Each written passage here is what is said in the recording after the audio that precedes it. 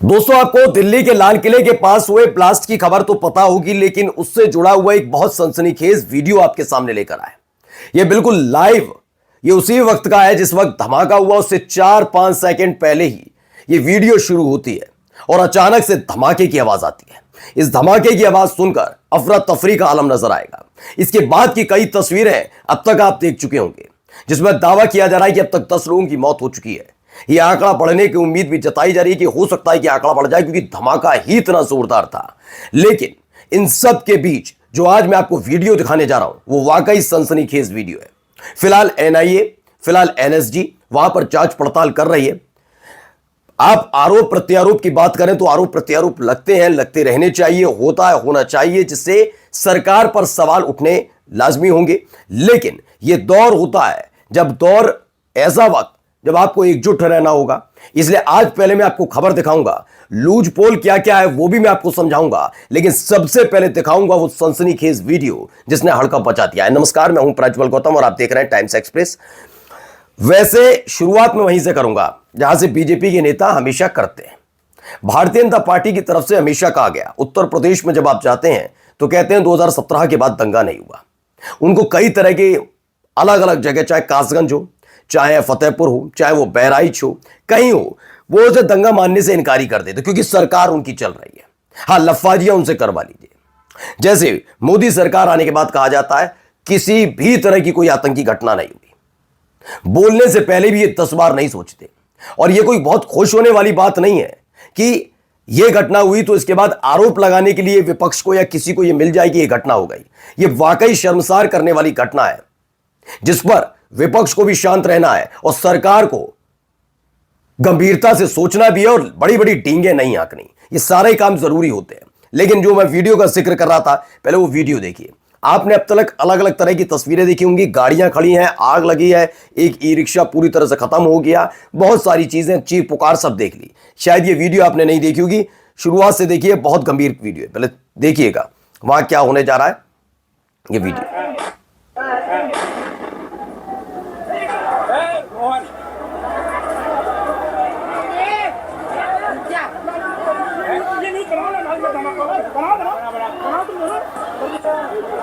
ये हुआ है यहाँ पर उसने स्प्लिटर में ब्लास्ट हो जाएगा। अभी आग लगी है उसमें। हाँ,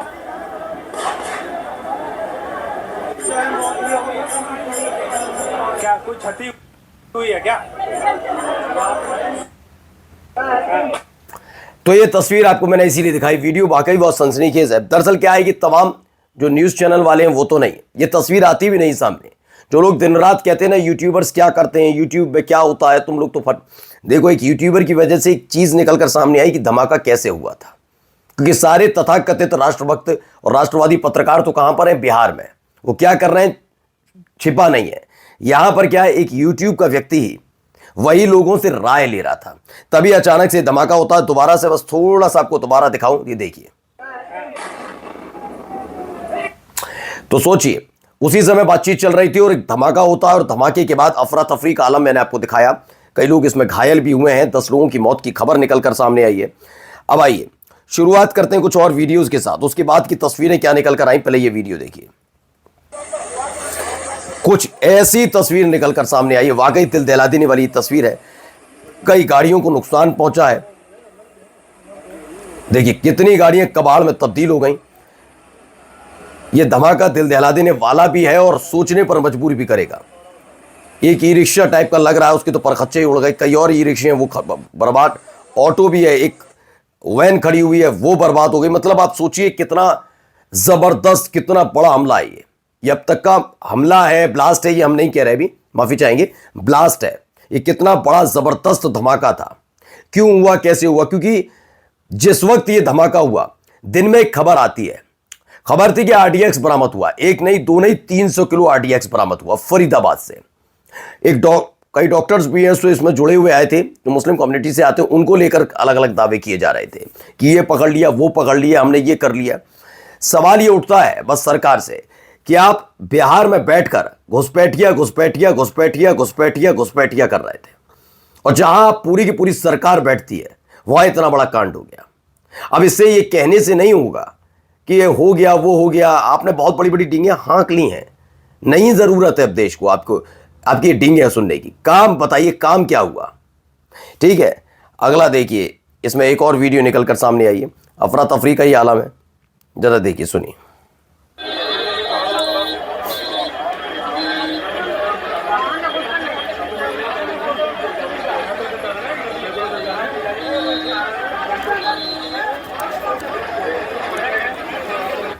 ये धमाके के बाद की है, वहीं लाल किले के पास मेट्रो स्टेशन के पास का है। पहले देखिए, यहां पर भी एक और वीडियो देख लीजिए। पहले ये धमाके के फौरन बाद की तस्वीर आपको दिखा रहा हूं, ताज़ा तरीन जो आई है।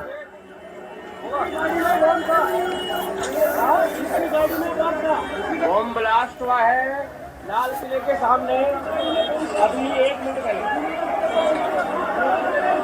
एक गाड़ी के अंदर बम था और बम ब्लास्ट हुआ है लाल किले के सामने। बम ब्लास्ट हुआ है भयंकर तरीके से, बम ब्लास्ट हुआ है लाल किले के ऊपर। बम ब्लास्ट बहुत बड़ा हुआ है इस समय। देखिए, ये ब्लास्ट कहा जाए तो अभी ठीक है, क्योंकि ये सारी जानकारियां एनआईए और तमाम जो जांच एजेंसियां हैं वो देंगी। अभी ब्लास्ट तक इसे सीमित रखना बेहतर रहेगा, क्योंकि सरकार से सवाल पूछिए लेकिन जांच एजेंसियों पर भरोसा रखना होगा, और जांच एजेंसियां अपने तरीके से काम कर रही हैं। जल्दबाजी में ऐसे कोई हमला, जैसे कि अभी मैंने भी मेरे मुंह से निकल के मैं फिर कहता हूं कि हमला जैसे शब्द का, धमाका सिर्फ धमाके तक रखिए, ये बॉम्ब शब्द का इस्तेमाल नहीं हो, क्योंकि ये सारी जानकारी एनआईए देगी। ठीक है ना, इसीलिए पहुंचा गया। एनएसजी वहां पर जांच पड़ताल कर रही है, एनआईए वहां जांच पड़ताल कर रही है, उनकी जांच रिपोर्ट आने का इंतजार करना चाहिए। लेकिन सवाल सरकार से पूछना चाहिए, क्योंकि पहलगाम आतंकी हमले के बाद भी सरकार जो सहमी हुई थी, उसको पूरे देश ने उसका साथ दिया। फिर उसके फौरन बाद जो ऑपरेशन सिंदूर किया, तो अपनी ही पीठ थपथपाने लगे मोदी और बीजेपी। अब इस हमले के बाद, जो ये ब्लास्ट के बाद, माफी चाहूंगा, इस ब्लास्ट के बाद जो ब्लास्ट हुआ कैसे हुआ भी तो जांच एजेंसियां बताएंगी, लेकिन इसके बाद भी जवाबदेह सरकार की होनी चाहिए, क्योंकि दिल्ली में तो डबल इंजन की सरकार चल रही है। कर क्या रही थी डबल इंजन की सरकार? अच्छा, कहते क्या है, 2014 के बाद देश में कोई आतंकी हमला नहीं, पढ़ते जाइए।